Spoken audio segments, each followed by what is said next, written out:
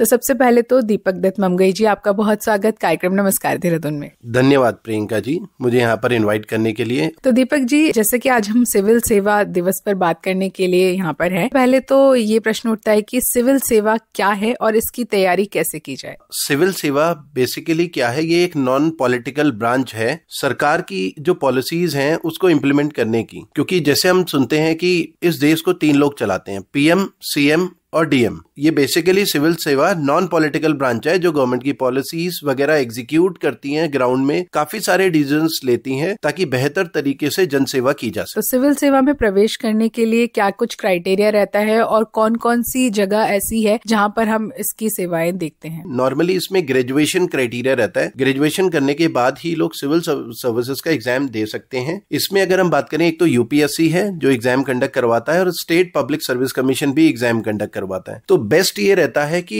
12th के एकदम बाद ही अगर हम तैयारी करने लगे तो उससे क्या है कि 12th के एकदम बाद जब हम तैयारी करते हैं तो नेशनल लेवल पे या रीजनल लेवल पे या इंटरनेशनल लेवल पे चीजों को ज्यादा बेहतर तरीके से अपनी अर्ली एज में ही जल्दी ही हम सीख पाते हैं और समझ भी पाते हैं, और आगे फिर हमारे सफलता की जो गारंटी होती है वो ज्यादा चांसेस बढ़ जाते हैं। सिविल सेवा की तैयारी करते हुए आमतौर पर जो स्टूडेंट्स होते हैं वो कई सारे चैलेंजेस फेस करते हैं जिस वजह से वह हताश हो जाते हैं। तो ऐसे में आप उनको क्या राय देंगे? सिविल सेवा की तैयारी या कोई भी एग्जाम है, किसी भी एग्जाम की जब हम तैयारी करते हैं, कंसंट्रेशन की प्रॉब्लम काफी ज्यादा रहती है। नॉर्मली क्या होता है कि 12th तक हमारी जो लाइफ रहती है बहुत डिसिप्लिन्ड लाइफ रहती है, स्टूडेंट लाइफ। और जब स्टूडेंट 12th के बाद ग्रेजुएशन में आते हैं तो वो नॉन डिसिप्लिन्ड लाइफ में चला जाता है। उसके बाद जब नॉन डिसिप्लिन्ड लाइफ होती है तो उसमें फिर स्टूडेंट आज की डेट में एक तो सोशल मीडिया भी इतना आ गया है, सोशल मीडिया भी डिस्ट्रैक्ट कर रहा होता है स्टूडेंट्स को। तो कई बार स्टूडेंट ना हताश हो जाते हैं एग्जाम की तैयारी करते हुए। सबसे बड़ी प्रॉब्लम क्या होती है आज की डेट में, जब स्टूडेंट सोशल मीडिया में, इंस्टाग्राम में अपने पीयर का मतलब अपने फ्रेंड्स का किसी के फोटो देखता है एंजॉय करते हुए, कोई इंस्टाग्राम में फोटो डाल रहा है, तो कई बार हमें ये लगता है कि ये लोग लाइफ में कितना कुछ अचीव कर चुके हैं और हम कहां पर हैं। एक कंपैरिजन जरूर होता है। तो जरूरी होता है कि हम ना एक तो सोशल मीडिया से दूर रहें, ठीक है, मोबाइल से जितना ज्यादा दूर रहें। अगर हम लाइफ में कुछ अच्छा अचीव करना चाह रहे हैं अर्ली एज में 12th के एकदम बाद, तो सोशल मीडिया से हमें दूर रहना है ताकि ये चीजें हमें डिस्ट्रैक्ट ना करें। कई लोग तो बटन वाले फोन भी यूज करते हैं, कई लोग अपने मोबाइल में इंस्टाग्राम नहीं रखते, फेसबुक नहीं रखते, क्योंकि ये सारी चीजें हमें डिस्ट्रैक्ट करने वाली है। इंटरनेट ज्यादातर ऑफ करना होता है, बहुत जरूरी है तो ही इंटरनेट हमें ऑन करना चाहिए। उससे क्या होता है कि कॉन्सेंट्रेशन लेवल जब हम पढ़ाई करते हैं, किसी भी चीज की तैयारी करते हैं, बेहतर तरीके से कर पाते हैं। और स्ट्रेस मैनेजमेंट के लिए कई बार ये रहता है कि हम थोड़ा म्यूजिक वगैरह सुन ले, गाने वगैरह सुन ले, अपने पेरेंट्स के साथ टाइम स्पेंड करें, मोबाइल को साइड में रख, क्योंकि आजकल लोग मशीन के साथ ज्यादा इंटरैक्ट कर रहे हैं, अपने पेरेंट्स के साथ, फ्रेंड्स के साथ इंटरैक्ट। उससे क्या है कि हमारा इमोशनल इंटेलिजेंस भी बढ़ता है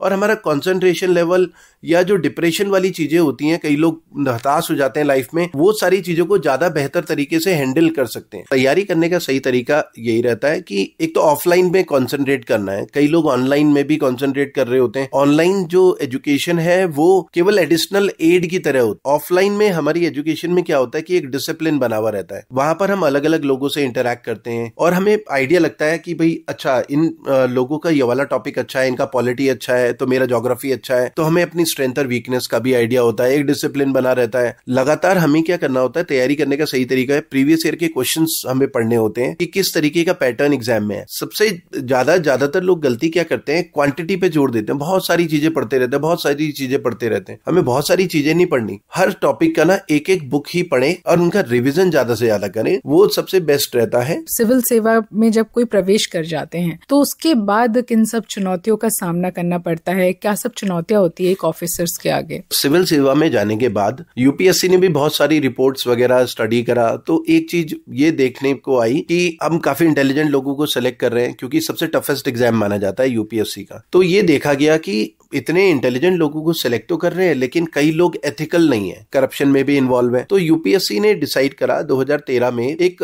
एथिक्स का पेपर भी इंट्रोड्यूस करा। मतलब ये देखा गया कि हमें चाहे हम किसी थोड़े कम इंटेलिजेंट लोगों को सिलेक्ट कर लें, लेकिन एटलीस्ट वो एथिकल हो, ईमानदार हो। तो ये अब इंपॉर्टेंट हो गया है सिविल सेवा में चयन के लिए। इंटरव्यू होता है तो उसमें भी देखा जाता है, इंटेलिजेंस को कम देखा जाता है। लोगों को लगता है कि इंटरव्यू में ना इंटेलिजेंस लेवल चेक किया जा रहा है, इंटेलिजेंस लेवल नहीं चेक किया जा रहा है। ये देखा जा रहा है कि वो इंडिविजुअल कितना एथिकल है, क्योंकि इंटेलिजेंस लेवल तो रिटर्न में आपका चेक हो चुका है। जैसे आपने 12th फेल भी मूवी देखी होगी, तो उसमें से कहना चाहूंगा कि उसमें आपने देखा होगा कि हीरो में ना एथिक्स को देखा गया, उसमें उसका इंटेलिजेंस लेवल अगर चेक किया जाता तो वो रिजेक्ट हो जाता कैंडिडेट। उसमें ये देखा गया कि वो ऑनेस्ट है, उसने ऑनेस्टी के साथ बताया कि हाँ मैं 12th में फेल हुआ था, हमारे गांव में चिटिंग हुई थी, तो एक ऑनेस्टी के साथ बताया। तो सबसे इंपॉर्टेंट होता है सिविल सेवा में एक इंटीग्रिटी होना, मतलब आप जाएं सिविल सेवा में तो एक इंटीग्रिटी, जैसे हम बोलते हैं ना, he is a man of integrity. Integrity और ऑनेस्टी में क्या फर्क है? ऑनेस्टी कई बार क्या होता है कि 100% नहीं होती, हमारे 60% 70%, कभी किसी प्रेशर में हम ऑनेस्ट नहीं रहे। इंटीग्रिटी का मतलब होता है 100% ऑनेस्ट होना, चाहे कितना भी प्रेशर है, कुछ भी है, वो मैन ऑफ इंटीग्रिटी। हम मैन ऑफ इंटीग्रिटी इसलिए बोल रहे हैं, जैसे हमने बोला ना कि वो अपनी बात पे कायम है। उसने बोला था मैं कल 4 बजे आऊंगा, तो वो 4 बजे ही पहुंचा, वो अपनी बात पे कायम था। उसने बोला कि मैं इसे फेयर तरीके से ही ये टेंडर पास करूंगा, तो बिल्कुल फेयर तरीके से, चाहे कितना ही पॉलिटिकल प्रेशर आए, ठीक है, कितना ही चाहे गुंडे बदमाशों ने दबाव डाला हो, वो बिल्कुल फेयर तरीके से जजमेंट ले रहा है, बिना किसी दबाव के, बिना किसी लालच के।